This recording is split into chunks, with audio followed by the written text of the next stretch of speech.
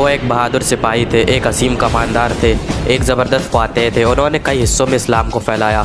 उन्होंने अपने वक्त की सुपर पावर्स को कुचल कर रख दिया। उन्होंने फारिस की सल्तनत को कुचला, उन्होंने रोमियो को कुचला। उन्होंने अपनी पूरी ज़िंदगी में एक भी जंग नहीं हारी। अपनी पूरी ज़िंदगी में 200 से भी ज़्यादा जंगें लड़ने के बावजूद एक भी जंग न हारने वाले इस बहादुर कमांडर का नाम हज़रत खालिद बिन वलीद था। दोस्तों, आज की शानदार वीडियो में हम लोग हज़रत खालिद बिन वलीद के बारे में ही जानेंगे। तो चलिए अपनी इस वीडियो को शुरू करते हैं। दोस्तों, खालिद बिन वलीद की पैदाइश मक्का में सन 592 ईस्वी को हुई थी। आप हमेशा से ही एक बहादुर सिपाही थे। आपने अपनी पूरी ज़िंदगी में 200 से भी ज़्यादा जंगें लड़ी, लेकिन एक भी जंग में आपको शिकस्त का सामना नहीं करना पड़ा। आपने अपने वक्त की ताकतवर सल्तनतों की जड़ें हिलाकर रख दी थी। लेकिन दोस्तों, खालिद बिन वलीद ने इस्लाम कबूल करने से पहले मुसलमानों के खिलाफ भी कई जंगें लड़ी थी। जंग अहद, जिसमें प्यारे नबी के 4 दास शहीद हो गए थे, उस जंग में काफिरों की कमान हज़रत खालिद बिन वलीद संभाले हुए थे। दोस्तों, जैसा कि मैंने बताया कि हज़रत खालिद बिन वलीद इस्लाम कबूल करने से पहले काफिर थे और उन्होंने कई सारी जंगें मुसलमानों के खिलाफ लड़ी थी। हज़रत खालिद बिन वलीद बड़ी परेशानी में रहते थे। इनकी परेशानी की वजह यह थी कि मुसलमानों की बढ़ती हुई ताकत। वो सोचते थे कि जब भी काफिरों ने मुसलमानों को ललकारा है तो हर बार अपने बेहतरीन जंगी हथियारों के साथ काफिरों को मुँह की खानी पड़ी है।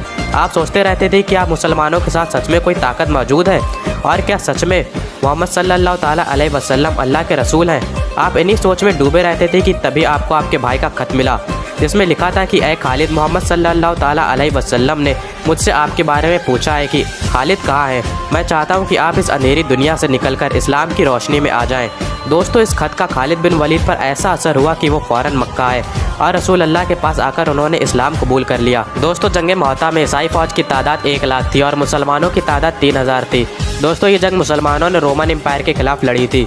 दोस्तों, इस जंग में हज़रत जैद, हज़रत जाफ़र और हज़रत अब्दुल्ला, ये तीनों सहाबी एक के बाद एक शहीद हो गए। इसके बारे में प्यारे नबी ने पहले ही बता दिया था। तब आगे बढ़कर फ़ौज की कमान हज़रत खालिद बिन वलीद ने संभाली और दुश्मनों के दांत खट्टे कर दिए। और दोस्तों, इसी जंग के बाद हुजूर ने हज़रत खालिद बिन वलीद को सैफुल्लाह यानी अल्लाह की तलवार का खिताब दिया था। दोस्तों, इसके बाद हज़रत खालिद बिन वलीद ने मुसलमानों के लिए कई जंगें लड़ी और मैदान जंग में ऐसे ऐसे कारनामे कर दिखाए जो तारीख बन गए। आज तक ऐसा कोई भी कमांडर नहीं हुआ जिसने अपनी ज़िंदगी में एक भी जंग न हारी हो, लेकिन हज़रत खालिद बिन वलीद इकलौते ऐसे इंसान थे जिन्होंने अपनी ज़िंदगी में एक भी जंग नहीं हारी। उन्होंने इराक को जीता, उन्होंने ईरान को जीता, उन्होंने सीरिया को जीता, उन्होंने आर्मेनिया को जीता, उन्होंने जॉर्डन को जीता और कई सारी जीत हासिल की। दोस्तों, छोटी सी फ़ौज होने के बाद भी हज़रत खालिद बिन वलीद ने बड़ी बड़ी फ़ौजों को शिकस्त दी।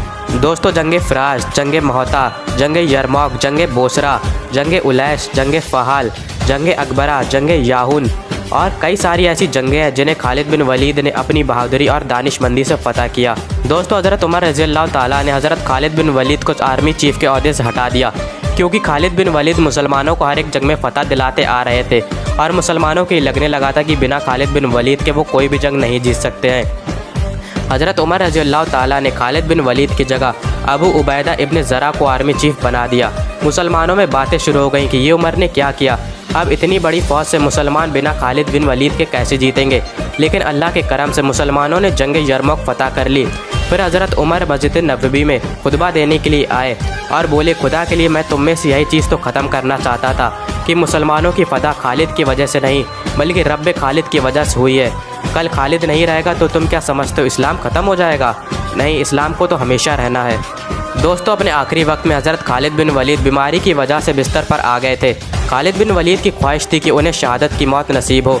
खालिद बिन वलीद के जिस्म पर ऐसा कोई भी हिस्सा मौजूद नहीं था जहाँ पर तलवारों और तीरों का निशान मौजूद ना हो, लेकिन उन्हें शहादत नसीब नहीं हुई, क्योंकि रसूल अल्लाह ने हज़रत खालिद बिन वलीद को सैफुल्लाह का खिताब दिया था और अल्लाह की तलवार को क्या कोई तोड़ सकता है?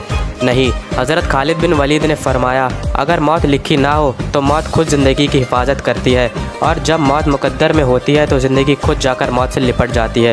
दुनिया के बुज़दिलों को मेरा एक पैगाम सुना दो, अगर मौत मैदान जंग में होती तो खालिद कभी बिस्तर पर ना मरता। सुभान अल्लाह। दोस्तों, अगर ये वीडियो आपको पसंद आई हो तो इसे लाइक करें और हमारे चैनल को सब्सक्राइब करके हमारा मोटिवेशन बढ़ाएं। जल्द मुलाकात होगी एक और नई वीडियो में, तब तक के लिए अल्लाह हाफ़िज़।